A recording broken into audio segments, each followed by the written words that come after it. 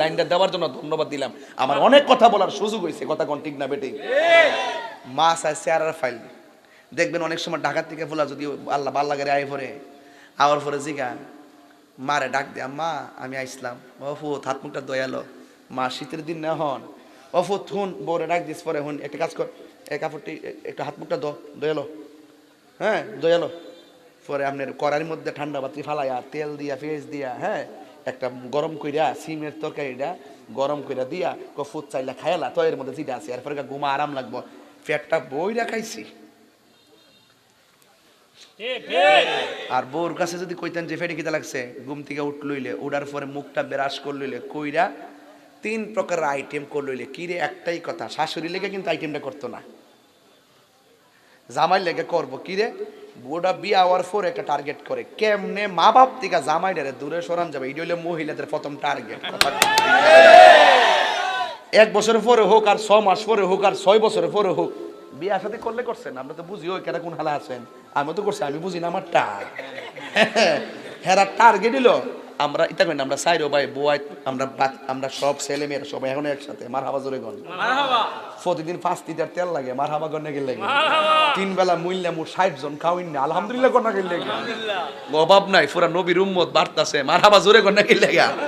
তো আমি এটা বুঝি দিক কই গড়ে টাইট করে রাখি, সব বিরে একটা বাইন্ডিং এর ভিতরে রাখি, কই যাইবা মা বাপ আছে এখনো জিন্দা, কইরা তো করলে ভবিষ্যতে 10 তালা করলো শান্তি ভাইবা, আর মা বাপরা না কইরা আলগে একটা টিনের ঘর বাইন্দা একটা সুকেস একটা আলমারি একটা খাট কি সুন্দর গোড়াগেরা মাছ দিয়া তন্তুন্না রাস্তা নাস্তা খা, আবার কোন রকম জুদা হয়ে গেলে গা দেখবেন শাশুড়ি নিয়ে আম্মা আপনার লাগে এটা রানছি খান, তখন খুব দরদটা একটু বাড়ে, কারণ হ্যাঁ টার্গেট তো পূরণ হয়ে গেছে গা। 1 বছর পরে হোক আর 5 বছর পরে কোনো রকম ভাবে যদি হালি শ্বশুর শাশুড়ির দিকে আলগা হইতে পারে, এরপরে ওই বাইয়ের একটা ফোন দে, বোনের ফোন দিয়া ক মরার বাইত অতদিনে শ্বাসটা ফালাইলাম,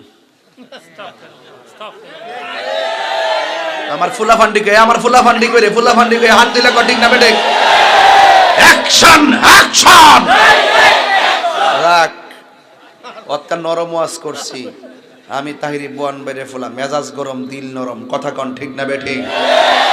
একটাই কথা ব্যারিস্টার সুমন ভাই কয়ে গেছে না, হাত ছত্রা, আমরা এক কোয়ালিটির মানুষ, আমরা মানুষের বড় ভালোবাসি, এই জন্য আমরা ভালোবাসার অভাব হয় না, হক কথা বলি, সত্য কথা বলি, ন্যায্য কথা বলি, যখন আলগা হয়ে যায় ও বিদেশ থেকে আবার পরে মনে তো পরে মা ডাকতে ফুত্রে বতলা কিনলে কষ্ট করে আনছ, 6 বছর পরে বিদেশ করে আইন একটা রুমাল আনছি, এটা তো 500 টাকা দিয়ে বন বইরে পাওয়া যায়,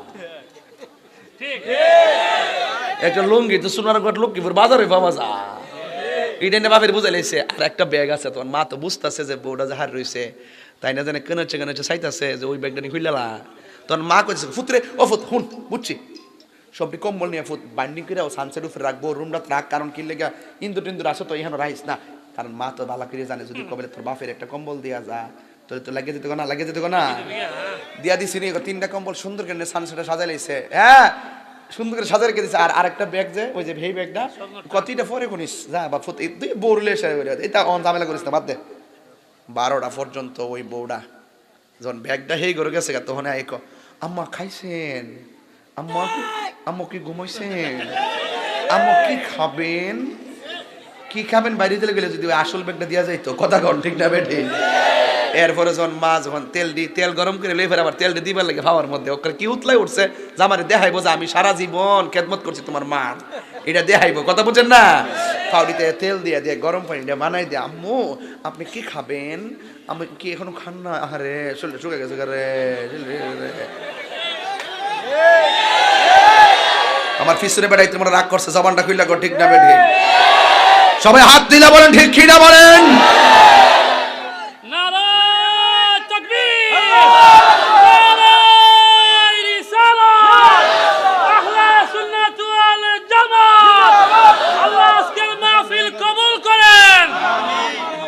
কথাটা ঠিক আছে নি রে?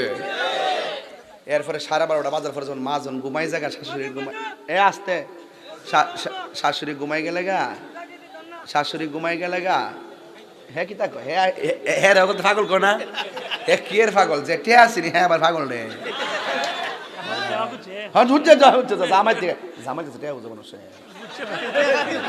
আমার কাছে রায়ান জালার কাছে বেহুবটা আর রায়ান জালা কিন্তু ফালাই না জামা টিয়াটা হুক্কে ফুটিলা দাঁড়াইছে না আমরা আমরা মারা বাজুর কোন গেলে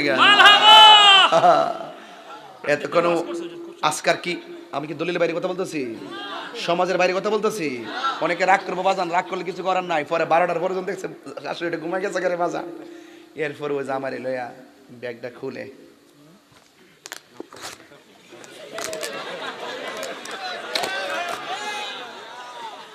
খুইলা কইতেছে তোমার জন্য এই চেইনটা এনেছি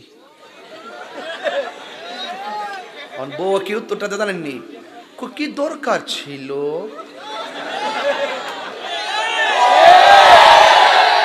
বিশ্বাস যদি না করেন ঘটনা কিন্তু এইটাই কথা কোন ঠিক না বেটি আল্লাহ এখন বাবা বাজান হইনালেন কথা আসল কথা কিন্তু এইটাই বাত রাগ করেন না আর আমি যত কইছে পাগলাম কি আপনারা আমার কিছু করতে পারবে আমি আপনার এলাকা জামাই না এটা কোন যাইব পাগলামি কল বাদ দিতে পারবেন আর আমি তো বিয়া করছি বিয়া তোর বইছি না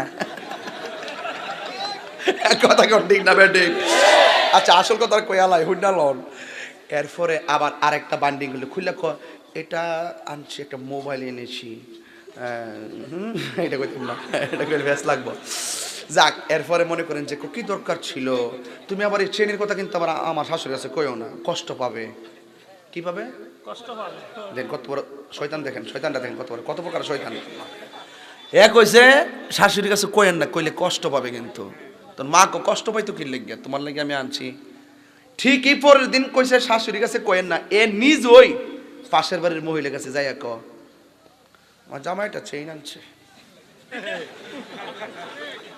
অন পাশের বাড়ির মহিলাটা গিয়া এই কথাটা ওই শাশুড়ির কাছে কইছে কি গো আপনার ফুলা বইলে চেইন আনছে তখন মার মনে একটু কষ্ট পাইছে কিরে ফুত তুই তোর বল লাগে চেইন আনছ পাশের মানছাই আমার বউ কইলো না তুইও আমারে কইলি না ফুত কইলে কি আমি নিলাম কইলে আমার দিয়ে মনে সময় গেছে চেইন ফিন্দার সময় আছে পড়ছি না এখন তো আমি বুড়ো হয়ে গেছি এখন কি চেইন ফিন্দার বয়স আছে আমার ফুত আমার কাছে যদি তুই কইতে চেইন আনছ আমাকে নিলাম কইলে তখন অন্তত একবার যদি কইতে যে চেইন আনছ আমি তো ঘুমাইলাম নইলে আমি সারা রাত চেইনটা পাহারা দিলাম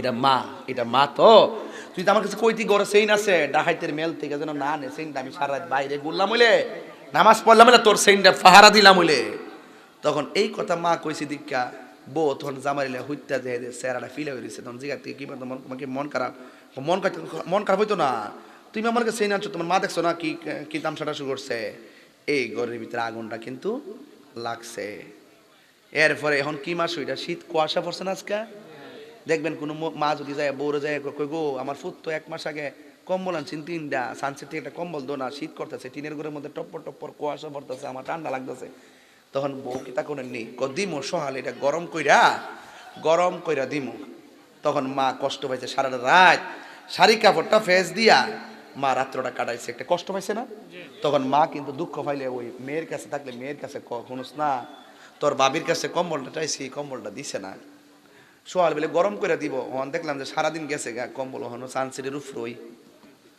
তখন ওই বোনটা ফোন দে তার বাবিরে কি তো গো ভাবি আম্মা আপনার কাছে কম্বলটা চাইলো আপনি কম্বলটা দিলেন না কাজটা কি হইলো তখন মোবাইলটা কাটটা দিয়া জামাইরে ফোন দিতে তুমি কো বাইটাই তুমি কম্বল আনছ আমি কইছি রানতে হো বাড়তে হো না আমি কইছি সুগাই গরম টরম করে দিমু আর তোমার মা তোমার বোনের কাছে বিচার দিছে আর সর্দার নিয়ে আইছে আমার বিচার করতো সর্দার নেই এই লাগিয়ে গেছে গা এই জন লাগিয়ে গেছে গা তখন ওই ফুটটা কিতা করছে না বউর আমল করিয়া মারা যায় কিতা গ তোমার বউয়ের কাছে কম্বল চাইছো তোমাকে দিল নইলে আমার কাছে না কইলে হইলে না দিলে তুমি আবার তোমার জির কাছে বিচার দিছো কি লাগিয়া তোর মা কো ফুট তুই আবার এটা কিতা কস আর তুই কিতা কস এটা আমি তো এমনি একটু কইছি তোর বোনে তো জিজ্ঞেস করতে পারোই হ্যাঁ তখন যে ফুলাটা কম্বলটার ব্যাপারে মারে জিগা যে তুমি তোমার বউ না দিলে আমারে কইতা এখন আপনারা কোন হেকে বিয়া করছে না বিয়া বইছে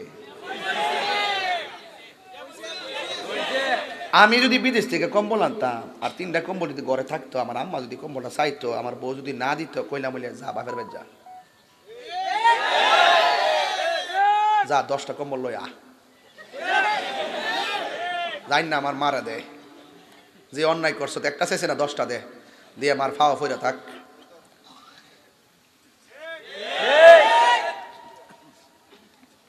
হাত তুলে বদুয়া করতেইব না, খালি উফ কইলি তো শেষ বেড়া, মুল্লাগিরি শেষ, পিসাবগিরি শেষ, কথা কন, আরে কথা কন, ঠিক কিনা কন? কইতাম না আসল গজলটা, বউ কোনদিন মাত্র নার নয় বওয়াফন ও আবলুসন, আবলুসন মানে আবুল হোসেন, আবার এলাকাতে আবুল হোসেন থাকলে আমার দৈরা লইব। বউ কোনদিন মাত্র নার নয় বওয়াফন ও আবলুসন, বউ কোনদিন মাত্র নার নয় বওয়াফন, বউ তোরে ভালোবাসিব লাল শাড়ি কিনা দিবি যতক্ষণ, বউ কোনদিন মাত্র নার নয় বওয়াফন ও আবলুসন, বউ কোনদিন মাত্র নার নয় বওয়াফন, ঠিক কিনা রে বাজি? আর যদি কোনো জায়গায় আফদ বিপদ হয়, বউয়ের আগে মা জানুন কথা মিশা নয়। আর যদি কোনো জায়গায় আফদ বিপদ হয়, বউয়ের আগে মা জানুন কথা মিশা নয়। বউ তোর যেন তেন, আরে বউ তোর একটা গেলে তিন যাইব, বউ তোর যেন তেন মা হইল অমূল্য ধন, ঠিক কিনা? বউ কোনদিন মাত্র নার নয় বওয়াফন ও আবলুসন, বউ কোনদিন মাত্র নার নয় বওয়াফন, বউ তরে ভালোবাসিব সোনার কার্তিকা গলার চেন কিনা দিবি আমার ফলা ফান্ডি করে, ঠিক আছে নি রে ফলা ফান, ঠিক আছে নি? ওই সাবধান, আমি এখন এই ওয়াজের কারণে অনেক বোয়াইতে আমার বিরুদ্ধে যাবে, হুজুর আলী শাশুড়ির ওয়াজ করে, বোয়াইতের ওয়াজ দি করে না। শাশুড়ি যে আমরা কি জ্বালাতে জ্বালাতে আংরা করলেছে, হন দিয়ে আমরার পক্ষে কথা কন, আমরা শাশুড়ি দিয়ে মাইরে আমরা সমান করে আর বিডি শাশুড়ি আসে দিকে না মারে গেলে গা মারবো গাডা, ফিটটা পাইটা দেস না। শাশুড়ি যদি একটা গানও দিন আমি ঠেলা দে, কইবে যে ফিটটাতে একটা বাড়ি দিন, মা আম্মা আম্মা আপনি আসেন দিকে না মারতেছেন, দেন আর একটা বাড়ি দেন। জীবনে শাশুড়ি আর বাড়ি দিব? হাত চত্রা বালা করে লান, মাথাটা ঠান্ডা করে লান, দেখবেন ওই শাশুড়ি আপনাকে আদর করবে। কথা বলেন ঠিক না বেঠে? ভাইরা আমার, অনেক রাত্র হয়ে গেছে, ওরে বাবা রে 12:30 বাজিতেছে, একটু জিকির হবে না রে বেডা? জিকির হইতো নি রে বাজি? একটু পরে কথা বলবো, তবে একটা কথা বলতে চাই, বিয়া কি করবেন না বইবেন? যৌতুক নিবেন? কিছু কইবি না কি তুই? বিয়া কি করবেন না বইবেন? বাবারে বেড়া হদি 2 দিন পরে তো বউর কাছে মুড়ি দিয়ে দেবে গা, এটা আমি জানি সব। তবে একটা কথা, বউয়াইতে রাগ করো না, যে বউয়াইতে ওয়াজ শুনতাছো রাগ করো না। আজকে তোমার শাশুড়িকে সম্মানের কথা বলতেছি। এমন একদিন সময় আসবে তোমার ঘরে ছেলে হবে, ছেলে একদিন বড় হবে, বড় হয়ে সে বিয়ে করবে, বিয়ে করার পরে সেই ছেলের বউ আসবে। তুমি যদি তোমার শাশুড়িকে আঙ্গুল তুলে কথা বলো, তোমার ছেলের বউ যেদিন আসবে সে তোমাকে জুতা তুলে কথা বলবে। কথা বলেন ঠিক কিনা? তো তুমি রাগ করো কেন?